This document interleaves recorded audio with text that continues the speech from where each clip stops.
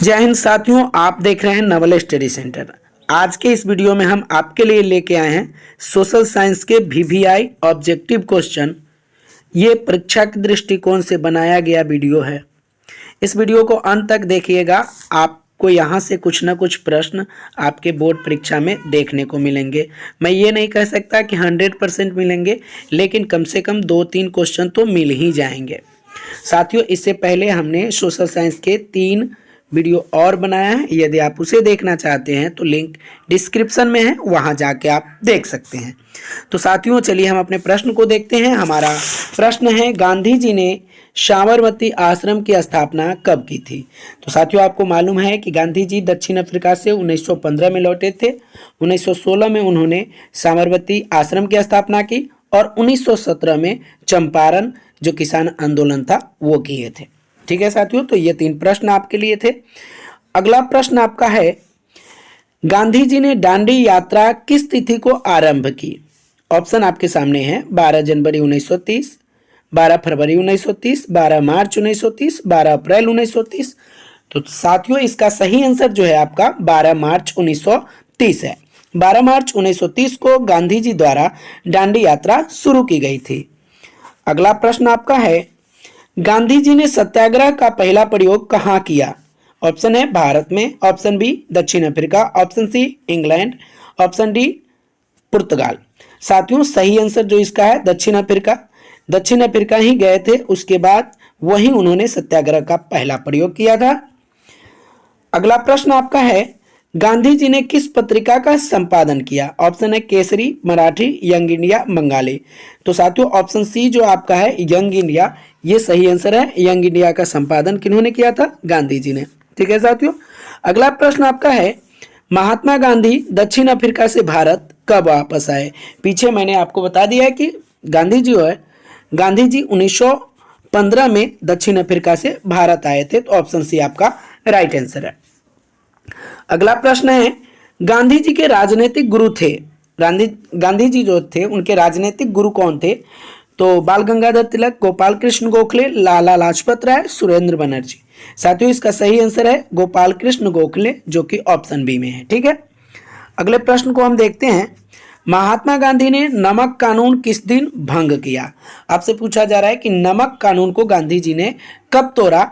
तो साथियों, इसका सही जवाब जो है आपका 6 अप्रैल 1930, ऑप्शन बी है। ठीक है, ऑप्शन बी, नमक कानून 6 अप्रैल 1930 को भंग कर दिया गया। दांडी यात्रा किस सन में हुई थी? तो 1930 में। याद रखिएगा, यह भी प्रश्न आपसे पूछा जाता है। अगला जो क्वेश्चन है, हिंद स्वराज नामक पुस्तक किसने लिखा? हिंद स्वराज के लेखक कौन है? बाल गंगाधर तिलक, लाला लाजपत राय, महात्मा गांधी, या इनमें से कोई नहीं? तो साथियों, इसका सही आंसर है महात्मा गांधी। ऑप्शन सी आपका सही जवाब है।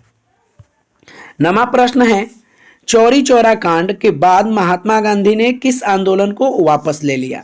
तो 1922 में चौरी चौरा घटना घटित हुई थी, और उस समय कौन सा आंदोलन चल रहा था साथियों, आप बता सकते हैं? कौन सा चल रहा था? असहयोग चल रहा था कि सविनय अवज्ञा आंदोलन की भारत छोड़ो? भारत छोड़ो 1942 में चला था साथियों। 1922 में असहयोग आंदोलन आपका चल रहा था। तो असहयोग आंदोलन को गांधी जी ने चौरी चौरा कांड के बाद वापस ले लिया। आप सबको मालूम है कि 1922 में चौरी चौरा उत्तर प्रदेश में स्थित है। वहां पर क्या किया गया था कि पुलिस कर्मियों को जेल में बंद करके, जेल में नहीं, थाने में बंद करके बाहर से आग लगा दिया गया था। उससे आहत होकर महात्मा गांधी ने असहयोग आंदोलन को वापस कर लिया था। अगला प्रश्न आपका है, जालियांवाला बाग हत्याकांड किस तिथि को हुआ? तो जालियांवाला बाग हत्याकांड जो है साथियों, ये तो परफेक्ट है कि 1919 ईस्वी में 13 अप्रैल 1919 को घटित हुई थी। ठीक है साथियों, किसका विरोध लोग कर रहे थे? तो रॉलेट एक्ट का विरोध कर रहे थे, जो कि काला कानून के नाम से जाना जाता था।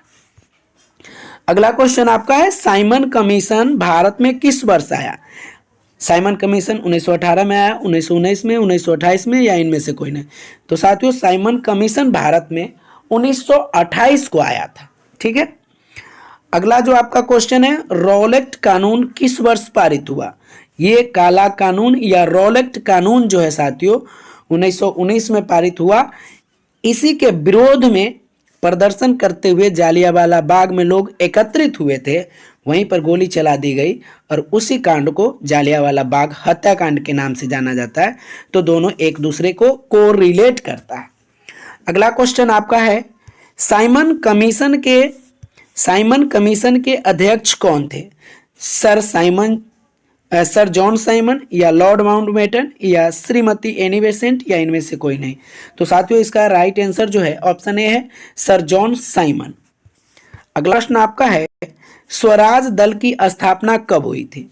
ऑप्शन ए है 1923, ऑप्शन बी 1924, 1925 या इनमें से कोई नहीं। तो स्वराज दल की स्थापना साथियों 1923 में हुई थी। ऑप्शन ए आपका करेक्ट आंसर है। अगला प्रश्न आपका है, असहयोग आंदोलन का प्रस्ताव किस अधिवेशन में पारित हुआ? ऑप्शन ए है सितंबर 1920 कोलकाता अधिवेशन, दिसंबर 1920 नागपुर अधिवेशन, 1920 अक्टूबर 1920 अहमदाबाद अधिवेशन, इनमें से कोई नहीं। तो साथियों इसका करेक्ट आंसर जो है आपका नागपुर अधिवेशन दिसंबर 1920 में। यहाँ से 3 प्रश्न आपका क्लियर हो जाएगा। कोलकाता अधिवेशन 1920, नागपुर अधिवेशन 1920, अहमदाबाद अधिवेशन 1920, ये 3 है। उसके बाद अगले क्वेश्चन को देखते हैं। अगला क्वेश्चन आपका कहता है कि भारतीय राष्ट्रीय कांग्रेस के पहले अध्यक्ष कौन थे? तो साथियों ऑप्शन ए है सत्यभक्त, पीएन राय, व्योमेश चंद्र बनर्जी। साथियों इसका राइट आंसर जो है ऑप्शन सी है, व्योमेश चंद्र बनर्जी जो थे भारतीय राष्ट्रीय कांग्रेस के पहले अध्यक्ष थे। अगला प्रश्न आपका है, वेदों की ओर लौटो का नारा किसने दिया?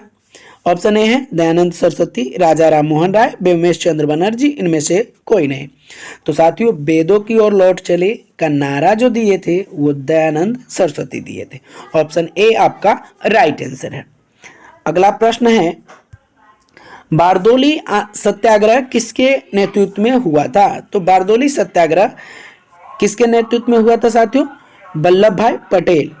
वल्लभ भाई पटेल के नेतृत्व में बारदोली सत्याग्रह हुआ था। अगला क्वेश्चन है, वल्लभ भाई को सरदार की उपाधि किस आंदोलन के दौरान दी गई थी? ऑप्शन है बारदोली, चंपारण, खेरा, इनमें से कोई नहीं। तो साथियों बारदोली आंदोलन जो था उसी में वल्लभ भाई पटेल को सरदार वल्लभ भाई पटेल कहा जाने लगा, यानी सरदार की उपाधि उन्हें दे दी गई थी। बारदोली की महिलाओं के द्वारा दी गई थी। ठीक है साथियों, ये भी याद रखिएगा। अगला क्वेश्चन आपका है, रंपा विद्रोह कब हुआ था? ऑप्शन है 1916, 1917, 1918, इनमें से कोई नहीं। तो साथियों रंपा विद्रोह जो हुआ था 1916 ईस्वी में हुआ था। तो आपका ऑप्शन ए राइट आंसर है, याद रखिएगा रंपा विद्रोह 1916। यदि साथियों आपको ये वीडियो अच्छा लगा तो वीडियो को लाइक और चैनल को सब्सक्राइब कर लीजिएगा, क्योंकि आपको यहाँ से बेहतर तैयारी कराई जा रही है।